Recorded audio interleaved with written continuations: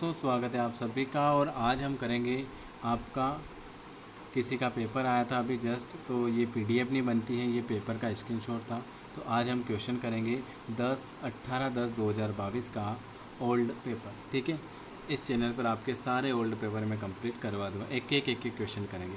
ठीक है, इसमें आंसर है तो इसलिए हम लाइव नहीं पढ़ा सकते, और इसमें पासवर्ड और इसका फ़ोटो है इसलिए ये कहीं शेयर नहीं होता है।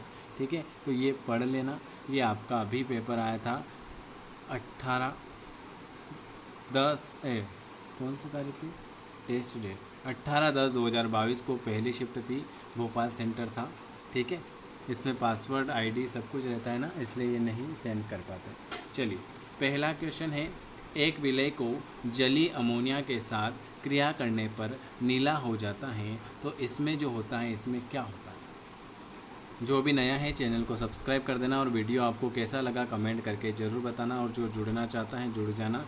इस चैनल पर आपको पीएनएसटी के सारे ओल्ड पेपर कंप्लीट करवा दूंगा। ठीक है, एक विलय को जली अमोनिया के साथ क्रिया करने पर नीला हो जाता है, इसमें क्या होता है, इसमें Cu2+ होगा।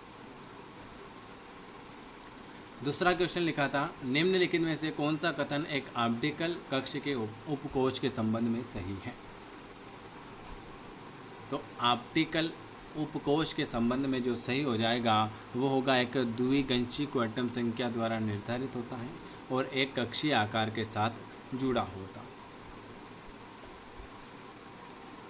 अगला क्वेश्चन क्या लिखा हुआ, आणविक सूत्र C3H6O वाला एक कार्बनिक यौगिक 2,4-डायनाटाइट्रोफेनिलाइट हाइड्रोजेनिन के साथ कोई भी अवक्षेपण नहीं करता तथा धात्विक सोडियम के साथ भी अभिक्रिया नहीं करता, ये क्या है। तो ये है आपका CH2 = CH-O-CH3।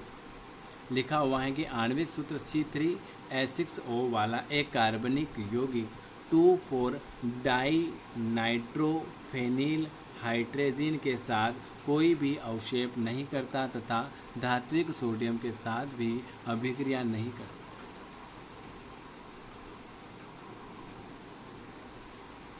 एक प्रोटॉन की स्थिति को नापने में, एक प्रोटॉन की स्थिति को मापने में अनिश्चितता 2 × 10⁻⁶ मीटर है।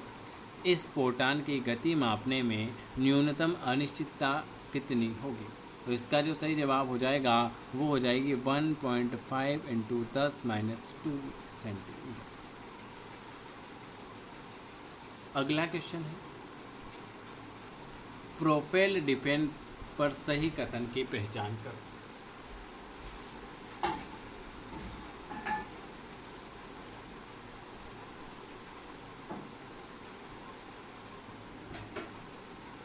फ्रेंकल डिफेंट पर सही कथन की पहचान करो। तो फ्रेंकल डिफेंट तब होगा जब एक आयन, आमतौर पर आयन जो होता है अपनी जाली वाली जगह से गायब होता है।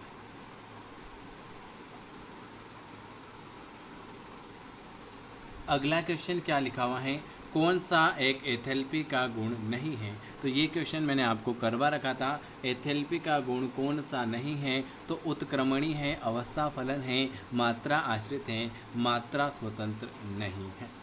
चलिए, किसको विद्युत चुंबकीय विधि द्वारा, इसमें क्या है कि आंसर देखते हैं तो लाइव क्लास में हम ये नहीं बता सकते, क्योंकि कमेंट वही आते हैं, सर सर सर आंसर देख रहे हैं, आंसर देख रहे हैं।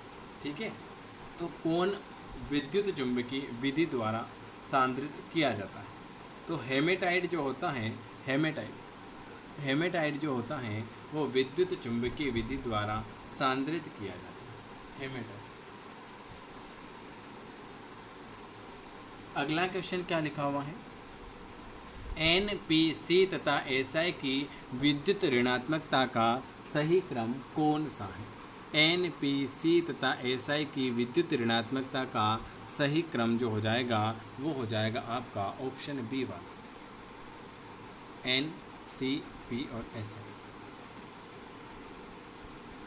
CaOH2 क्या लिखा हुआ है, CaOH2 का विलयता गुणनफल क्या होगा यदि इसकी विलयता जो है वो 5 है।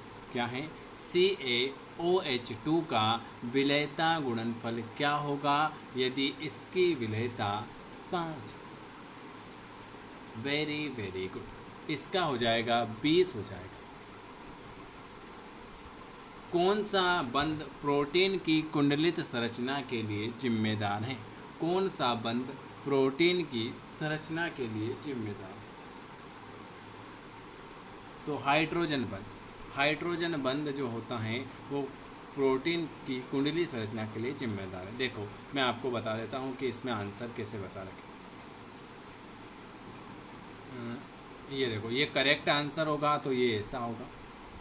रॉन्ग ऑप्शन सिलेक्ट किया था और करेक्ट ऑप्शन ये, ठीक है। तो ये रॉन्ग ऑप्शन है और ये करेक्ट ऑप्शन है, और आपने ऑप्शन ही चूज़ नहीं किया था तो ये ऑप्शन आएगा, ठीक है।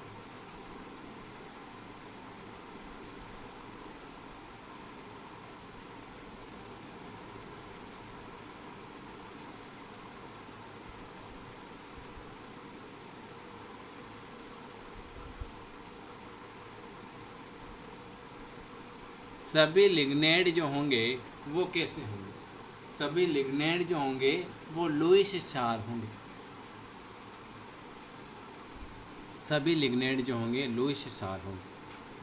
अगला क्वेश्चन है, methyl alcohol, ethyl alcohol, isopropene alcohol का तीसरा ब्यूटिक अल्कोहल के साथ एसिटिक अम्ल की दर क्या होगी?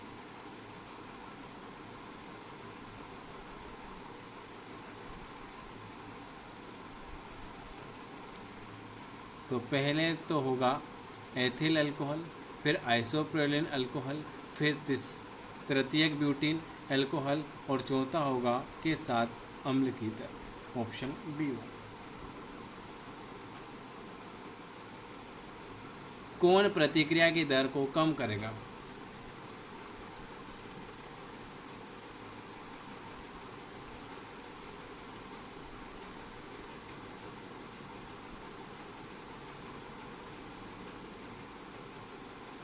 Very good. कौन सी प्रतिक्रिया की दर को कम करेगा? तो उत्पादन की बढ़ती सांद्रता। उत्पादन की बढ़ती सांद्रता। अगला, यदि रिक्त स्थान प्रक्रिया में परिवर्तन होता है तो संतुलन को रासायनिक संतुलन कहा जाएगा? तो यदि विरोध जो होता है, विरोध प्रक्रिया में रासायनिक परिवर्तन होता है तो संतुलन को रासायनिक संतुलन कहा जाएगा।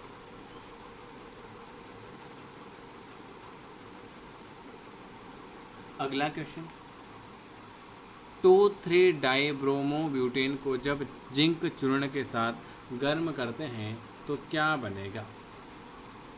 2,3 डाइब्रोमोब्यूटेन को जब जिंक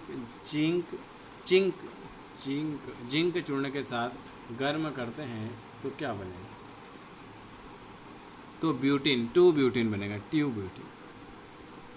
अगला, निम्नलिखित में से कौन सा एक पृथक प्रणाली के लिए सही है? पृथक प्रणाली के लिए कौन सा सही हो जाएगा? तो पृथक प्रणाली के लिए जो सही होगा वो जो होगा, निकाय की सीमा के पार कोई द्रव्यमान प्रवाहित नहीं होगा। NaOCl के साथ एनिलीन कौन सा रंग देगा? तो NaOCl के साथ एनिलीन जो होता है वो आपका बैंगनी रंग देगा। कौन सा रंग देगा?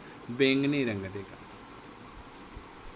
निम्नलिखित अभिक्रिया में प्रयुक्त एंजाइम जो है वो कौन सा है?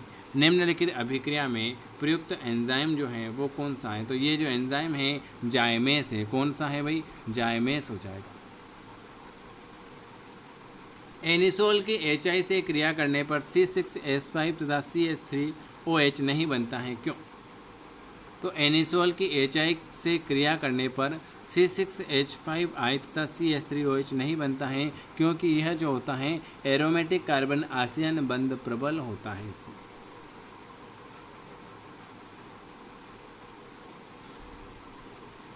वह विलय जो सांद्रण के पूरे परिसर में राउल्ट के नियम का पालन करता है वो क्या कहलाता है? तो वह विलय जो सांद्रण के पूरे परिसर में राउल्ट के नियम का पालन करता है उसे हम आदर्श विलयन कहेंगे। एड्रेनोसिन ट्राइफॉस्फेट अणु के निम्नलिखित सूत्र में ऊर्जा फास्फोरस,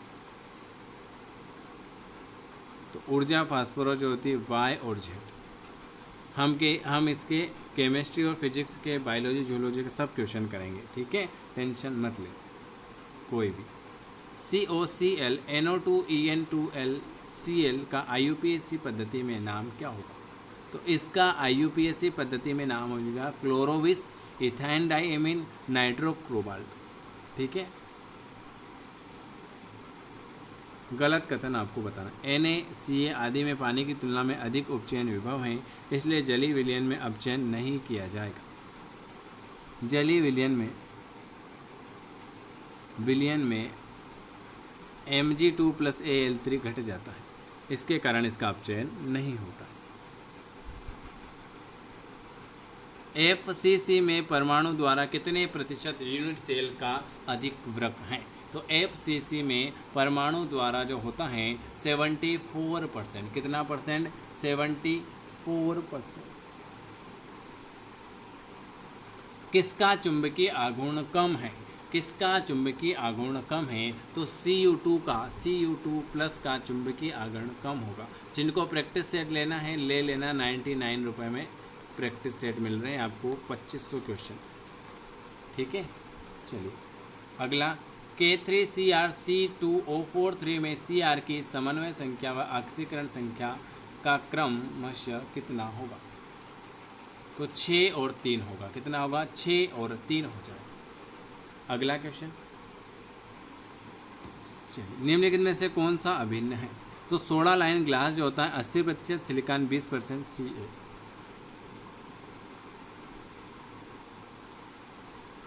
चलिए अगला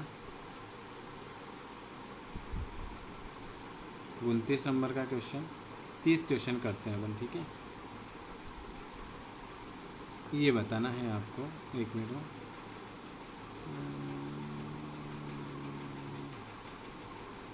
सूची पहली और सूची सेकंड। चलिए, संकुल आयन और अयुग्मित इलेक्ट्रॉन की संख्या बताओ।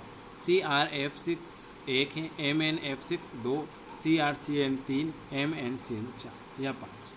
चलिए, तो इसका जो 30 नंबर का सही आंसर आ जाएगा वो आ जाएगा ये CrF6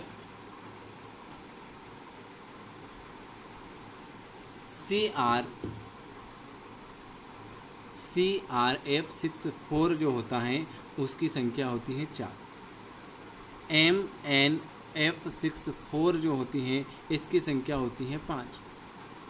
CrCn6 की जो होती हैं वो होती हैं आपकी 2, और MnCn6 की संख्या जो हो जाएगी वो हो जाएगी आपकी 1।